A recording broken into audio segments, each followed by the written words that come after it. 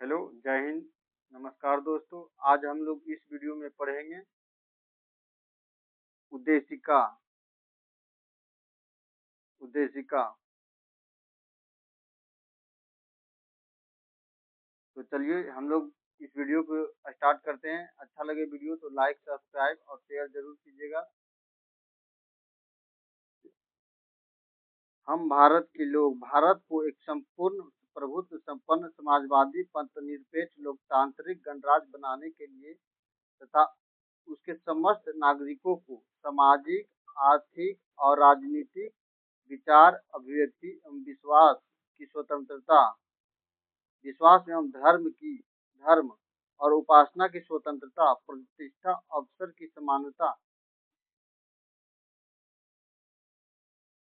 करने के लिए तथा उस सब में व्यक्ति की गरिमा और राष्ट्र की एकता, अखंडता सुनिश्चित करने वाली बंधुत्व बढ़ाने के लिए दृढ़ संकल्प होकर अपनी इस संविधान सभा में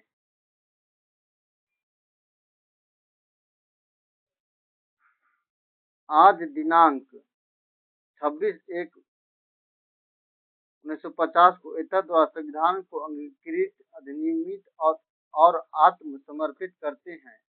26 नवंबर 1949 को भारतीय गणतंत्र की 26 जनवरी 1950 को सही संवैधानिक वस्तु जब संविधान लागू किया गया था। संपूर्ण प्रभुत्व संपन्न लोकतांत्रिक गणराज्य। संविधान में हमारे राष्ट्र का उल्लेख किया गया है भारत तथा इंडिया के नाम से। भारतीय संविधान की प्रस्तावना के संबंध में शब्दों का सही क्रम है सार्वभौमिक, समाजवाद, पंथनिरपेक्ष, प्रजातांत्रिक गणराज्य। 42वें संविधान संशोधन द्वारा प्रस्तावना में जोड़े गए शब्द है समाजवाद एवं पंथनिरपेक्ष।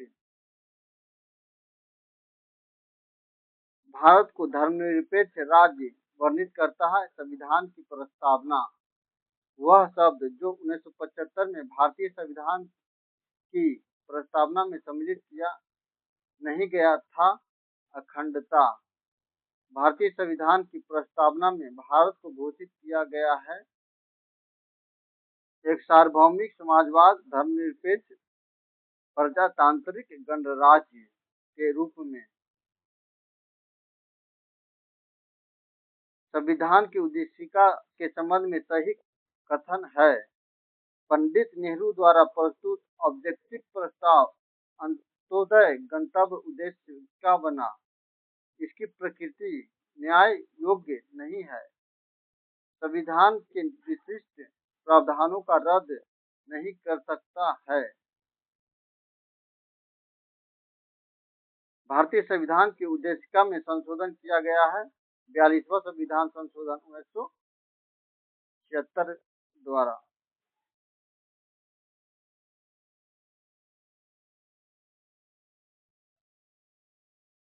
वह शब्द जो 26 नवंबर 1949 को अंगीकृत भारतीय संविधान की प्रस्तावना में सम्मिलित नहीं थे समाजवादी, पंथनिरपेक्ष, अखंडता।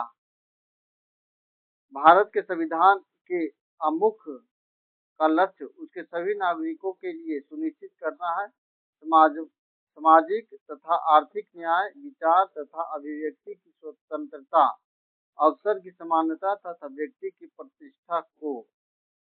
भारत एक गणतंत्र है। इसका अर्थ है भारत में वंशानुगत शासन क्रम नहीं है। भारत में लौकिक सार्वभौमिकता है क्योंकि संविधान की प्रस्तावना आरंभ होता है हम भारत के सब लोग शब्दों से। हम भारत के लोग शब्द का प्रयोग भारतीय संविधान में किया गया है। संविधान की प्रस्तावना में सही व्यक्ति पूर्णतः और समान रूप से मानव है। यह सिद्धांत जाना जाता है सार्वभौमिकता।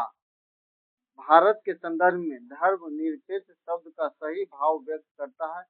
भारत में राज्यों का कोई धर्म नहीं है।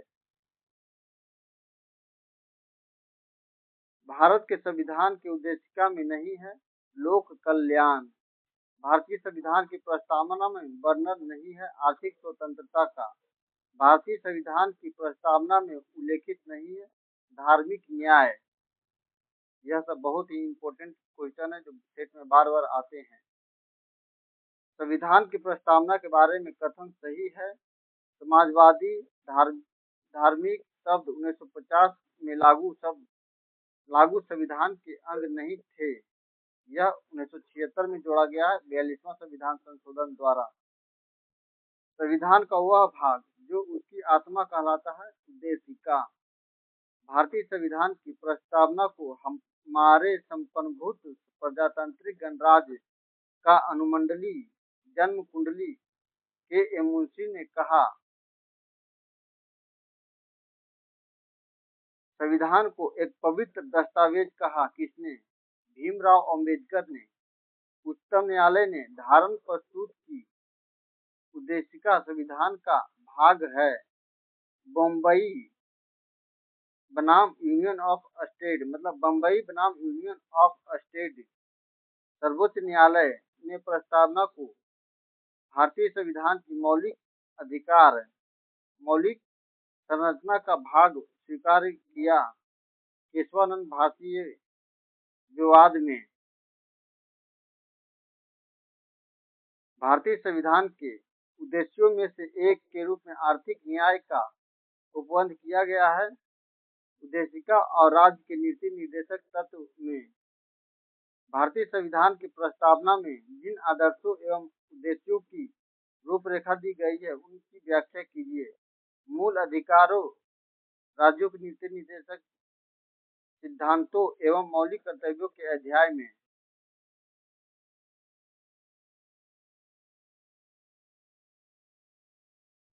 भारतीय संविधान के उद्देशिका को प्रतिबिंबित करता है।